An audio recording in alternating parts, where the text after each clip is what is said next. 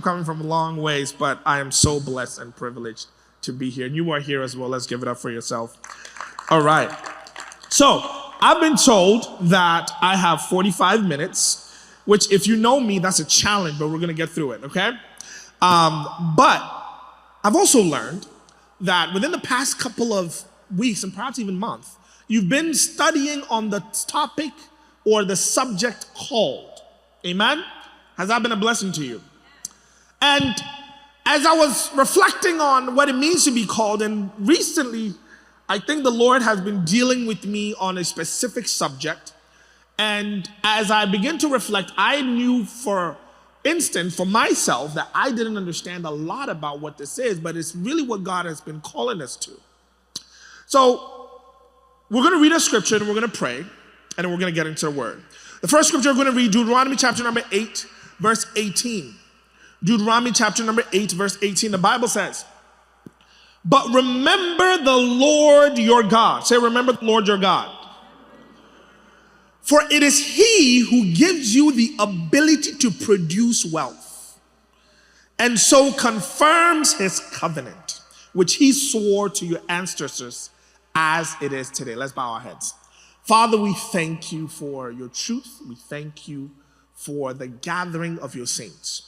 We pray, Lord God, coming before you, asking that, Lord, you look within our hearts right now in the name of Jesus and do a mending work in our heart. I pray in the mighty name of Jesus, may your word fall on good ground. I pray, may the resistance of the enemy be broken. And Father, may our hearts be open to hear you and to be transformed by you. In Jesus' name, amen. So if you are a note taker, the topic of today's message is called to generosity. Say, called to generosity. You know, as the church has been growing, and specifically within Capital City, we are on the frontier of a change, of a dynamic change. Because for 4 years or so, we have been moving from one place to another, and by the grace of God, we have identified a building that we are looking to purchase. Amen? And so for that reason, we're reflecting on the journey of Capital City for the past 3.5, 4 years. And the message or the word that just kept coming to us was this sense of resilience. Because I remember days where it was like this, when we were in a building and we get a call like, well, you guys can't meet here next week, so you got to find another spot the following Sunday.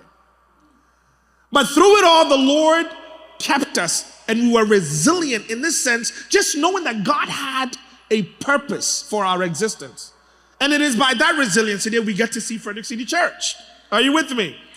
So therefore, we put together a project called the Unshaken Project. And basically, it is a testament to God's grace of resilience. So this weekend, we're actually going to be, am I looking at the right weekend? Yes, I'm looking at the right weekend.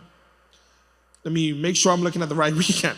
So this particular weekend, starting Friday, Saturday, and then Sunday, we are having a fall revival. Let's give it up for Jesus for that. Now, fall revival is not just simply coming to pray or seek the Lord. It is a combination of coming to be generous in our giving and also praying for revival for our cities. Are you following me? So generous in our givings and praying for revival in our cities. Now, here is an interesting thing. The moment you say giving within a church, everybody goes like this. There's just something that just cringes in us. And I was telling the church last week, and as I was dealing with this, I realized we got a problem. Tell your neighbor, we got a problem. We have a problem. We do. As Christians, as lovers of the Lord, and God's desire is to save us from our problems. Are you following me? We read Deuteronomy chapter 8, verse 18. Remember, I told you we have the Unshaken revival this weekend. This fall revival is going to be actually in the building that we are looking to purchase, right? So make sure you make plans to be out there. This week, we're also going to be fasting starting tomorrow. Amen. Anybody ready to fast? Yeah. We're going to be fasting, and we're going to be meeting together as an entire district, DC, Annapolis, and Frederick are going to be meeting at 10 p.m. every evening to pray ahead of this. So make sure you are a part of this. All right? And it would have been great if we strategically planned this. That, we're going to do revival, and right before revival at the same, you're going to go to Frederick and preach. This was not the plan. In fact, there was no intentions of doing a revival up until maybe just a couple weeks ago. But God has been faithful. Deuteronomy 8:18. But remember the Lord your God, for it is he who gives you the ability to produce wealth. And then he continues by saying, and says, and so confirms his covenant, which he swore to your ancestors as it is today. So, you read this scripture and you're like, okay, yeah, it makes sense to me as a 2025 believer. God is the one who gives us the ability to produce wealth. But let us go in context of who he was speaking to. This was the words of God to Moses that he ought to give to the people of Israel as they are moving into the promised land into Canaan. And God tells them, remember the Lord your God, for it is he who gives you the ability to produce wealth, and so confirm his covenant, which he swore to your ancestors. The first challenge with this particular text is that he's talking to former slaves. How then does a former slave even know how to produce wealth? He's always been hindered for his entire life to produce wealth or to have any essence of prosperity. But that is what God pointed his attention to. That remember the Lord your God, for it is he who gives you the ability to produce wealth. Church, as the people were progressing into Canaan, there were a few things that we learned. Number one, that the Canaanites were people that worshiped multiple idols. They had a creator god called El, and then the creator god had a wife called Asherah, and Asherah had a son called Baal. And all of these gods combined to establish what the Canaanites believed to be the gods of fertility and the gods of prosperity. So when God was telling them that, one, remember the Lord your God, for it is he who gives you the ability to produce wealth, he was telling the people of Israel that as you are moving from slavery to freedom, there is the ability for you to generate and amass wealth. But as you do that, remember that is not from an idol, but it is God who gives you the ability to produce wealth. So he establishes that. But church, what God was pointing to is something far deeper than we like to give it credit. I told Capital City last week, I can give you the perfect description of a good steward based upon our instance and our definition of what a good steward is. A good steward is somebody that works really hard, makes a lot of money, gives 10% to the church, and invests a lot of money. That is our definition of stewardship. In fact, it would be contrary to culture for you and I to view a person in that light who does those things as that person being wasteful. We consider those individuals as good stewards. But this is what I want to tell you. We have a fundamental problem as people and as Christians. And the desire of the Lord is to pull our hearts away from these realities. And that's why he told the people of Israel, remember the Lord. These men they didn't even know what wealth meant. Never experienced it. But then they're receiving the instruction to remember the Lord thy God, because it is he who gives you the ability to produce wealth. Fast forward in Matthew chapter number 6. Jesus mentioned these to the Pharisees. Matthew 6:24. He says, no one can serve two masters. Either he will hate one, pay close attention here, he will hate one and love the other, or will be devoted to one and despise the other.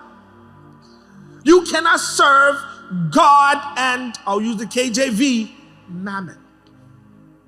You cannot serve God and mammon. It's almost as if Jesus was reading back what God told the people of Israel in Deuteronomy. That remember the Lord thy God, for it is he who gives you the ability to produce wealth, and so confirms his covenant. Which means there is a tendency for you to amass wealth and forget God. And when you amass wealth and forget God, it is as if you never served him in the first place. Church, are you with me? So Jesus is reading back essentially the essence of what God told the people of Israel to the Pharisees. Now, when you read in the earlier text, and specifically when you read in Luke 16, Luke gave a descriptor to the Pharisees that Jesus was speaking to. He says, and the Pharisees, being lovers of money, began to ridicule Jesus. Hold on a second. I just told you that a good financial steward, by our standards, is an individual who makes a lot of money, perhaps, right? Saves a lot, gives 10% to the church, and invests money. But Jesus was talking to a group of people who did not just give 10% to the church. They actually, by law, gave 23.3% to the church or to the temple. Are you following me here? But then Jesus calls these men who give double what you give as a good steward, lovers of money. Follow me here. So that means the essence of loving money transcends what we even accept within the church culturally. This is the exact response that Capital City gave me, but it was just quiet. Think about it. We have a fundamental problem as people in this culture with money. Because as I prayed, I said, may the Lord prepare your heart. And when you read the scripture, Jesus said the sower went to sow. Some fell on the wayside, some fell on rocky grounds, some fell on good soil. And the ones that fell on the rocky ground, the Bible says, these are the individuals that receive the scripture with joy. But then when they leave and the cares of life arise, and the deceitfulness of riches chokes up the word. So then what am I talking about? Church, to love money is actually not necessarily about the accumulation of currency. That's not what it's about. It's actually to value, pursue, and trust money more than God. To value money more than God. Have you noticed that the best way to tell your church leader to leave you alone is I got work? Elder Kwame calls, hey, can you do this? No, I have work. Why haven't you been at church? Oh, I've been working on Sundays. What's going on? We've not seen you in Bible study. Oh yeah, I work nights. So the best way to set yourself apart from participating in spiritual things, our culture accepts it as work. What does that tell us? It tells us our value systems. To value money, pursue money, and trust money more than God or the well-being of other people is what is considered as lovers of money. So Jesus looked at them and said, look, yeah, you justify yourself with your 23.3% that you give to the church. You justify yourself just because you may not be affluent. But I'm telling you, your value systems, your pursuits, and your trust is not in God. And the very same thing, he looked at the young ruler and he said, oh yeah, you are a good Jew. You are a good Jew. You have followed all of the law from birth. You love your neighbor as you love yourself. But this one thing you miss. This one thing you miss. You love money more than God. And the scripture says he walked away completely shattered because he was very wealthy. And from there, we get the most popular verse in the Bible. What is impossible for man is possible for God. All over the scripture, the Bible is telling us that you have a fundamental problem if you turn a blind eye on the deceitfulness of money. Now here, Jesus uses a specific word when he says you cannot serve God and money. He uses a word mammon. And mammon comes from the Greek word mammonos. Now, mammon doesn't mean currency. Follow me. It doesn't mean money. Throughout the scriptures, in Greek and in the Hebrews, there are different words for money. In Hebrew, it's kesef. In Greek, it's kalkos, which is later translated to cash. Are you following me here? So Jesus wasn't talking about this. Hear me. The only times we see mammon in the Bible is actually through the words of Jesus. Matthew 6 and Luke 16. It happens 4 times. So it's as if Jesus was telling us that you are so focused on these numbers, but I am focused on your heart behind the numbers. Mammon is not currency. Mammon is actually a spirit. A spirit that impacts people to love God or pretend to love God, but truly their love and their affection is towards money. Church, are you with me? When you read through the Bible, mammon is personified in this context in Matthew 6 and then also in Luke 16. It's almost as if when you read in Proverbs chapter 1, the Bible personifies wisdom. Jesus was also personifying mammon. So he says you can't serve God and serve money, because money then is now this essence of a master. But it's challenging. We have bills to pay. We got work to, we got a bunch of things that we have to do. So how then do we deal with money? And I truly believe that God is so infinitely wise in his approach and how he structures our lives and our hearts towards things. When we look at what it means or how you can serve mammon without realizing. You see, some people think that, well, if I'm not continually desiring after money, then I don't love money. But have you been anxious of somebody else's wealth?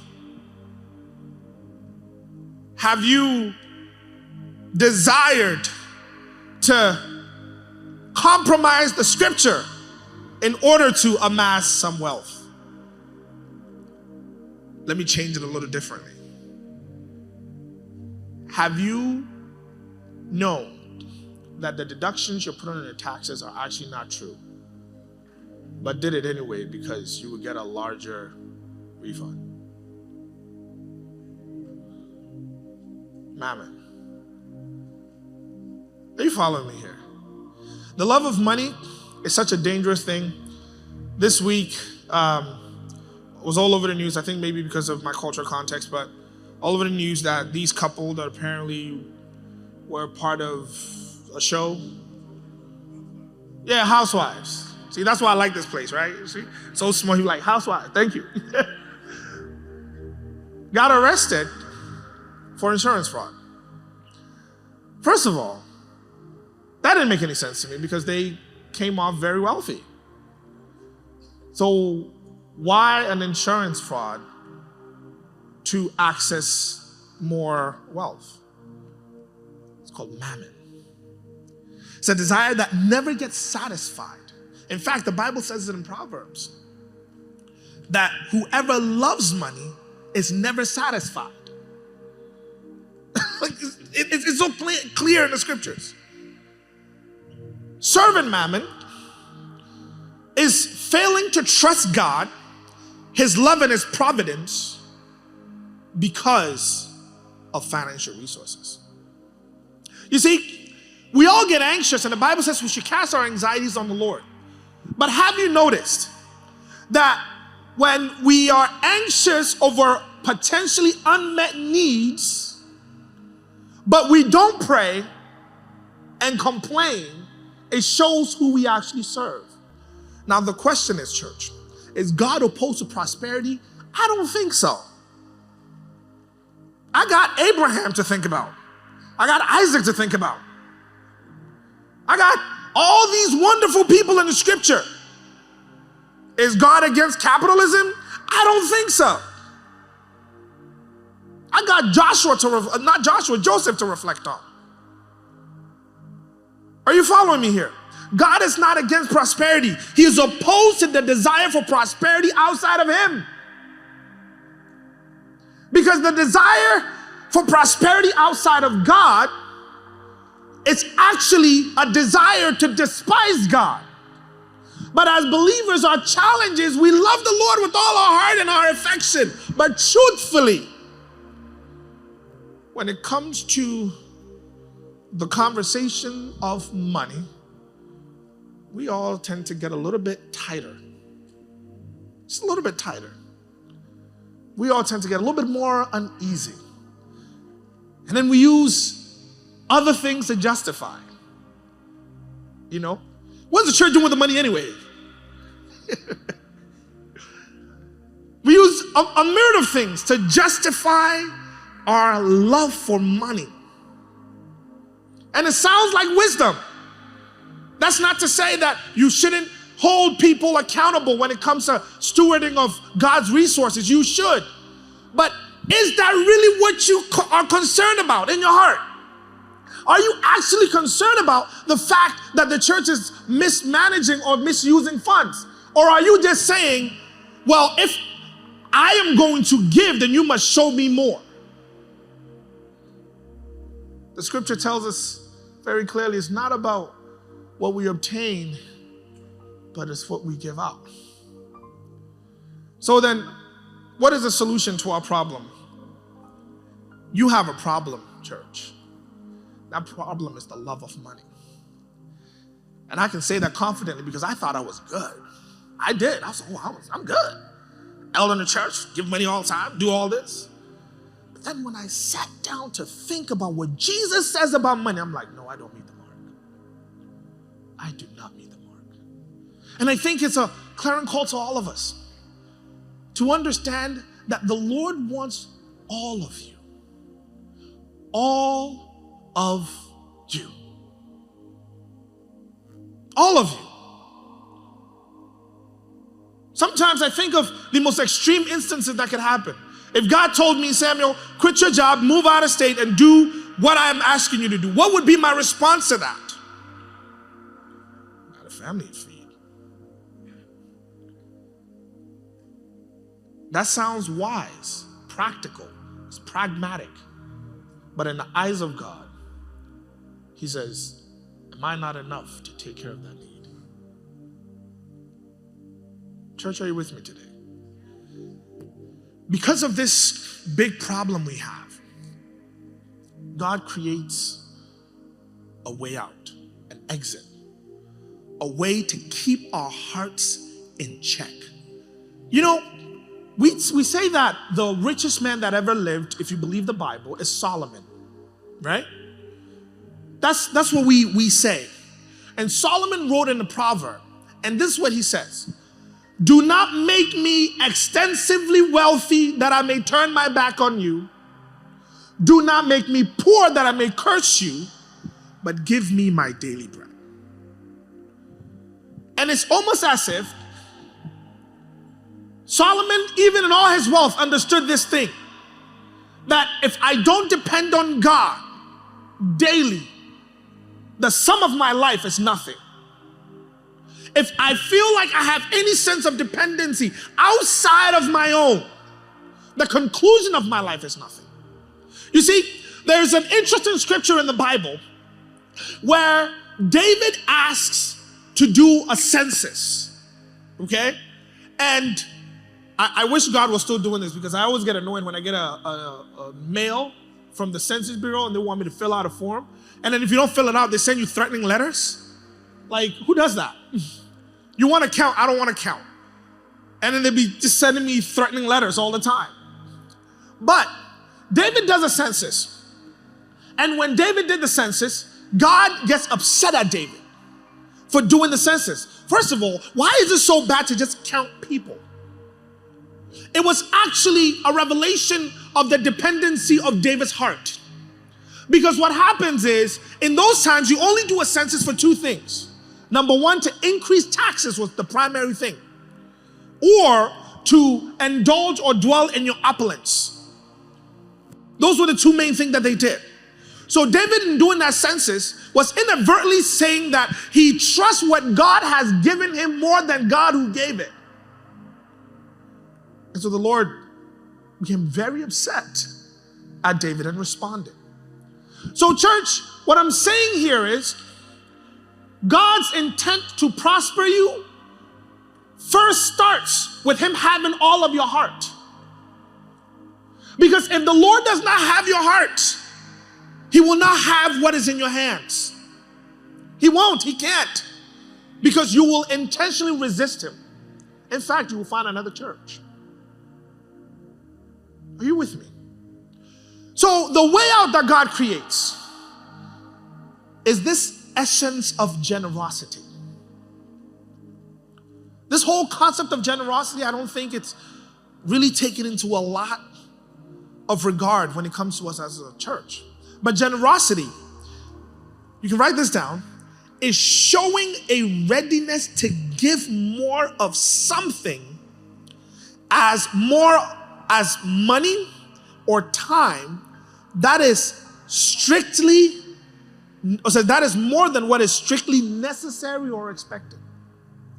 Hear me? Showing a readiness to give more of something as money or time that is more than what is strictly necessary or expected.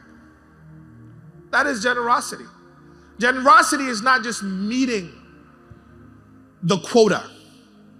Generosity is going above and beyond the quota. Generosity is not, I'm just going to give my 10% and y'all leave me alone. Generosity is, I'm going to do that to honor God, and how else can I be a blessing? Church, are you following me? And generosity is a double-edged sword. What do I mean by this? Number one, generosity tames your heart away from the spirit of mammon. Look, whatever you are willing to release cannot control you. It can't. It cannot control you. If you give me something today that I am willing to let go, there is no way that thing can control you. And that is the same thing in spiritual laws. I cannot cast a demon out of a person if that person wants a demon. Because whatever you're willing to hold on has access to control you. So the easiest way to cast a demon out is if the person literally says, I don't want it anymore. That's it. The door is open. Are you following me? We're all in this room. If we decide to lock all these doors and you want your freedom, what do? You walk out the door. That's exactly what you walk out the door. If you can't walk out, pick up one of the speakers, throw it through the glass, walk out. But if you are in this space, then whatever I desire to do with you, I will. Because you have allowed yourself to be in this space. If you disagree, you just walk out. Are you following me here? So generosity allows us to tame the spirit of mammon. And what it does is, whatever is given me, whether time, resources, or money, I am willing and able to hand it off. So I actually live free. Paul says, I have learned to be content in every situation. I've been content in abundance, and I've been content in lack. And I have learned this one thing,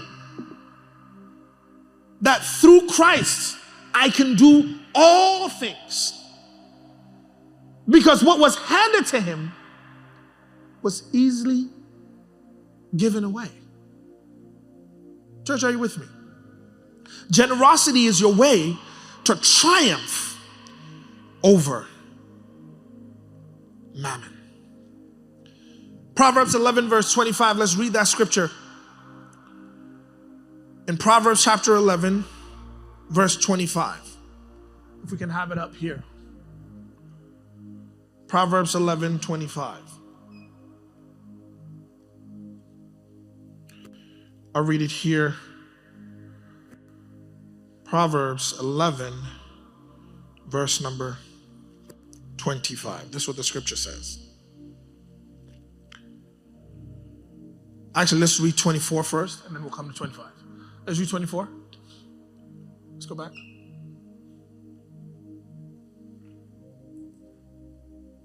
24. All right.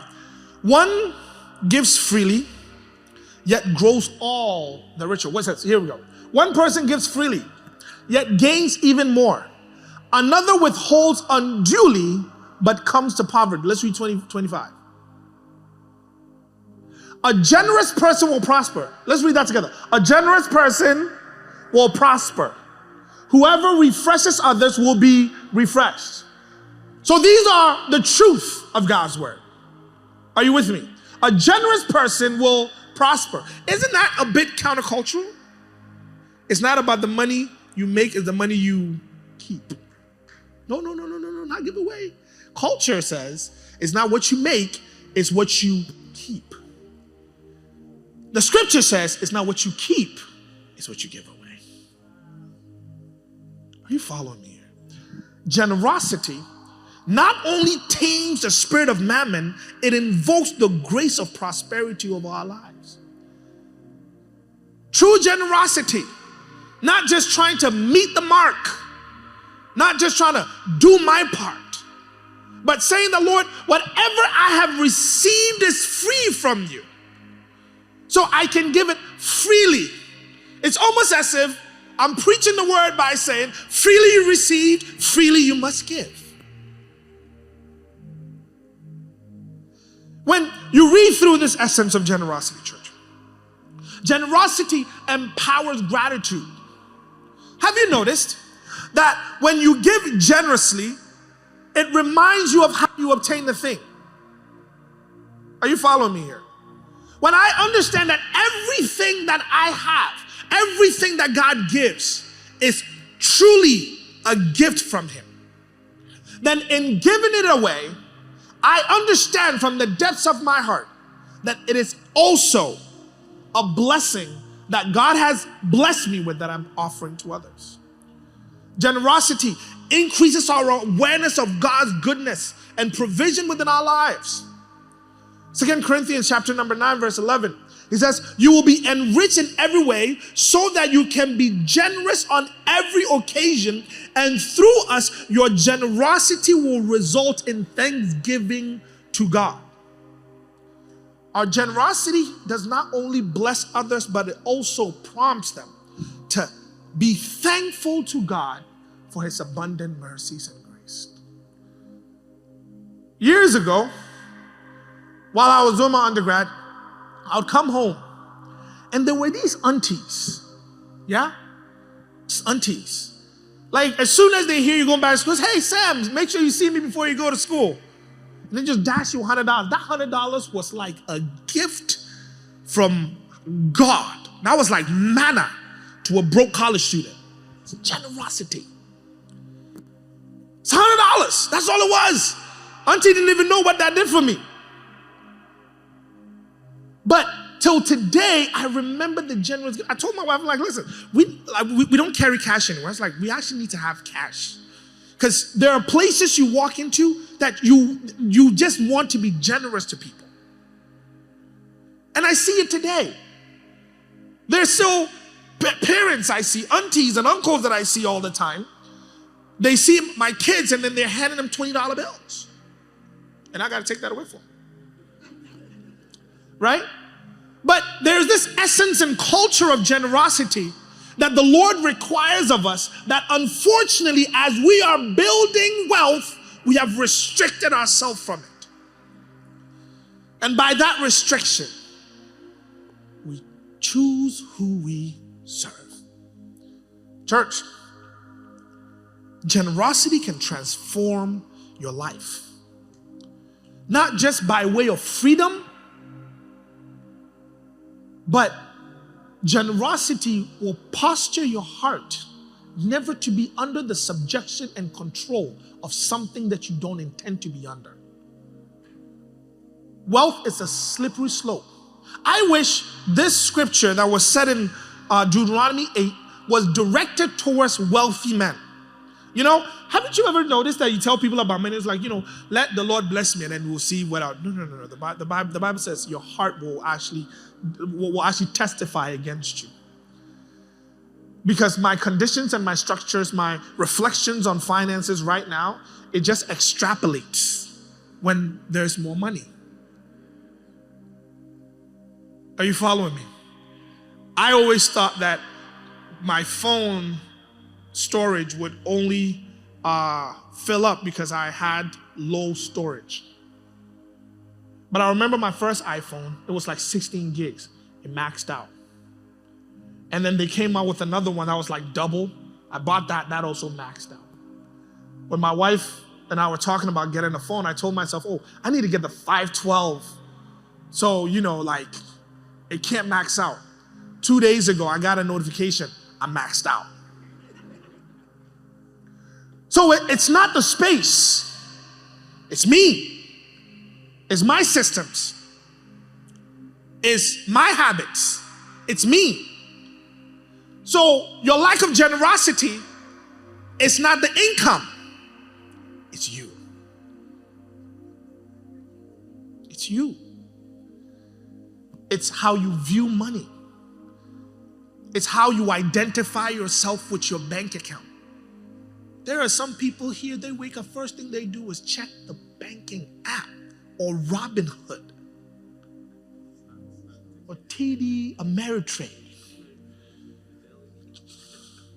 And the moment the stock market nosedives, that's when you see how many people are content with God. I've seen it many times in the cycle. Especially when COVID was happening, people were like, oh my gosh, my retirement is gone. Bro, you were 28. You're 28. You are 28. Your retirement is not going anywhere.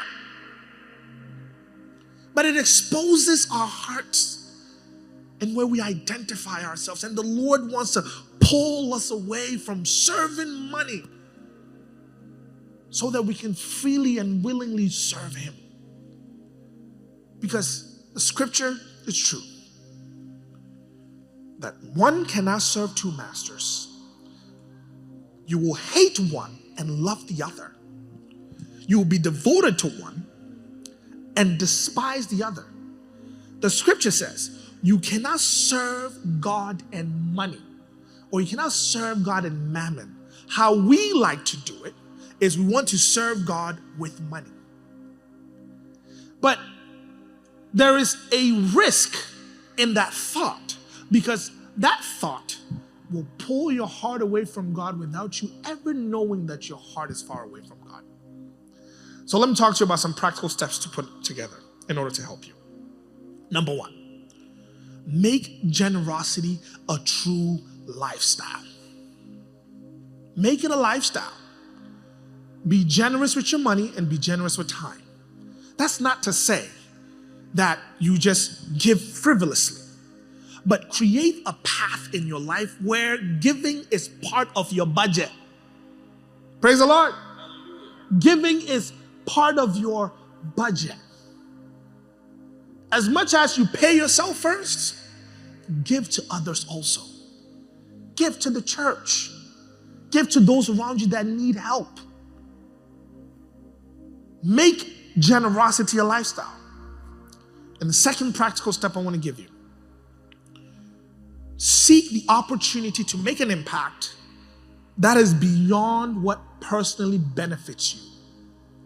A lot of times we love getting behind ideas and passions and systems and structures just because we see the value to us. But true generosity is when you can seek an opportunity to make an impact in a place, in a person's life, but you have no personal benefits of it. I met a pastor, very wealthy pastor in DC, and he said he got to a point the Lord told him, do more things without your name on it. Think about that. Do more things without your name on it. So what he started doing was, he started buying some churches in DC, and when churches are being displaced, he housed them there for months until they can get back on their feet. And nobody knows that's him. But that's what he does. Seek opportunities to make an impact that is beyond you personally. And the final thing, I used to hear this a lot in our parent churches. where they will share testimonies of generosity. That God blessing others either through them or them being blessed by other people's generosity. We don't do that enough because we think this is a small testimony. But truthfully, church, the Lord wants to save you from the spirit of mammon. And unfortunately, sometimes when we think it is a certain number we want to hit in our pursuit of wealth, we come to realize that it's actually not a numbers thing. Because the closer you get to your number, the more you want, because you create a greater capacity to lust after more. Are you following me here?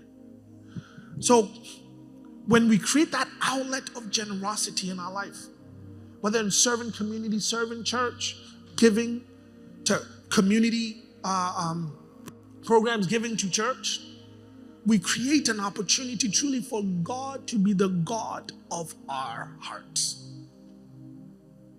And I truly believe that you are not going to find full freedom in this walk with Christ if money masters you. I do. Because when you're mastered by money, it's anxiety over anxiety over anxiety over anxiety. And when you are affluent, it is the desire to want more, more, and more. And you come to realize that none of those things actually produce any sense of fulfillment outside of the Lord. Be ambitious, but check your ambition. Be a go-getter, but know what you're actually going after. I was talking to Elder Yao, and we're talking about how AI is becoming a big thing now, right? So everybody's jumping on this bandwagon. And I'm seeing guys that are calling for NBA-size contracts as salaries to, join specific organizations to help the AI development. And we're talking about it. And he mentioned something to me that still stuck with me till today. He says, these guys don't care about the money. They care about the impact that they're looking to make in the world. Some people are just convinced that what gift God has given them is to change the lives of people. And money doesn't get in the way. But I've also noticed that as Christians, sometimes the very outlets that God gives us are the very same things we try to close in order to have a bit of self-indulgence, so long as we can come here and lift up our hands and still do worship. But when you read in Luke 16, Jesus looked at these men and said, you cannot serve God and serve money. And then he goes on to say, for God knows your heart. And I think that reality is what has really pushed me into these thoughts lately. Because God knows my heart, it doesn't matter what any of you think of my relationship with money. It matters what I actually feel in the depths of my heart. And that is the reality that we are all exposed to today. So I want you to rise.